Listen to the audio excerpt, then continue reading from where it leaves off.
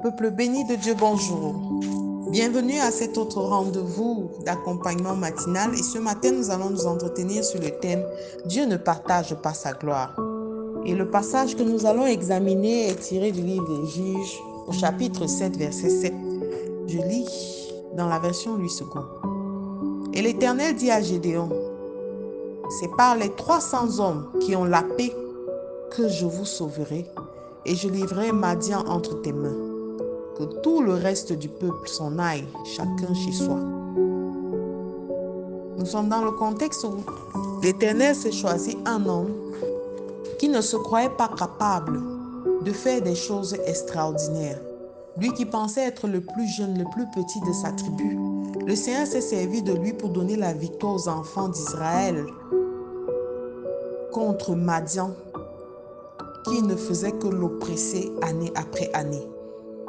Le Seigneur ne regarde pas à tes compétences, le Seigneur ne regarde pas à tes qualités, mais il est celui qui prend des hommes ordinaires pour en faire des personnes exceptionnelles.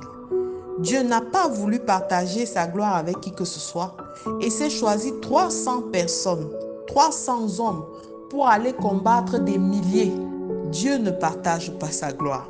C'est ce Dieu-là qui a, avec Moïse, ouvert la mer Rouge pour faire passer les enfants d'Israël.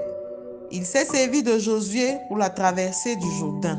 C'est lui qui a envoyé son ange, un seul ange, qui a frappé le camp des Assyriens et a tué en une seule nuit 195 000 hommes. C'est ce Dieu qui a ressuscité Lazare de la mort.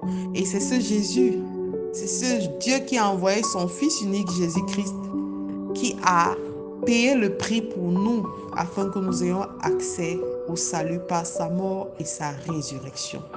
De qui as-tu encore besoin? Tu as besoin de garder les yeux rivés sur ce Seigneur. Et je veux aujourd'hui te dire, toi qui m'écoutes, que tu es cette personne-là que Dieu a choisie. Alors cesse de regarder un tel ami, un tel frère, un tel parent ou une telle personne influente comme étant la personne qui peut changer le cours de ta vie, qui peut changer ton histoire. Tant que toi, tu voudras te servir de Dieu pour accomplir quelque chose, Dieu ne sera pas d'accord parce qu'il ne partage pas sa gloire. Tant que tu voudras te servir d'un homme pour arriver au dessein de Dieu, il te sera difficile de réussir. Le Seigneur veut que nous regardions exclusivement à lui. Avec 300 hommes, il a donné de la victoire au peuple d'Israël sur des milliers. Alors le Seigneur veut te dire aujourd'hui que ce n'est pas parce que les gens t'ont abandonné en cours de chemin, ce n'est pas parce que les gens ont volé les projets que tu leur as présentés que tu dois te décourager. Tu dois garder à l'esprit qu'il est celui-là qui peut faire, par la puissance qui agit en nous, infiniment au-delà de tout ce que nous demandons et pensons. Il a été capable de faire certaines choses pour le peuple d'Israël. Il a fait pour des personnes dans ta famille, dans ton entourage. Pourquoi pas toi? Il le fera encore pour toi.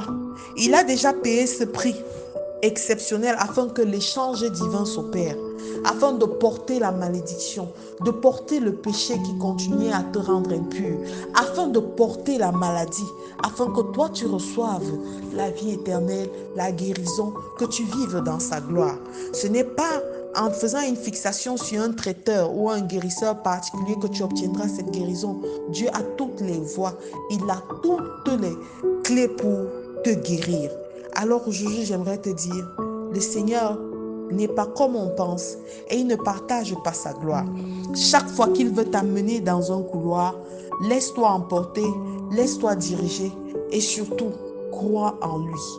Crois en lui et ne laisse pas ton cœur rester dans la tristesse, rester dans les plaintes, rester dans les gémissements, car le Seigneur bénit ce cœur joyeux.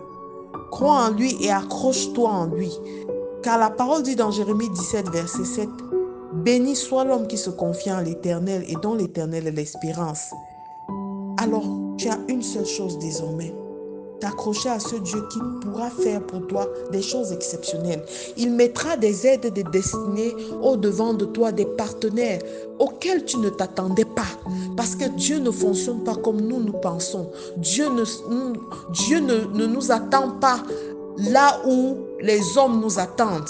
Alors si nous voulons croire et continuer à espérer, à marcher dans sa gloire, nous devons nous abandonner entièrement et totalement en lui. Et je te recommande de faire cette prière avec moi. Père éternel, je reviens vers toi aujourd'hui, Seigneur, fatigué de me battre par mes propres forces. Ta parole m'enseigne de garder les regards rivés sur toi. Et je sais que de toi seul viendra le miracle pour ma situation. Guéris mon cœur de toute douleur, de toute affliction, Seigneur. Et lave-moi par ton sang précieux, afin que je revive à nouveau, Père éternel, pour ta gloire. Merci Jésus pour le sacrifice que tu as fait pour moi dans ma vie. Merci Seigneur pour le rachat que tu m'as accordé. Reçois louange, honneur et gloire. Au nom de Jésus-Christ, nous avons prié. Que quelqu'un dise 3 fois Amen, Amen, Amen. Je suis la révérende Songa Antoinette de la Grace Bible Church et nous vous donnons rendez-vous dès demain sur notre chaîne YouTube. Shalom.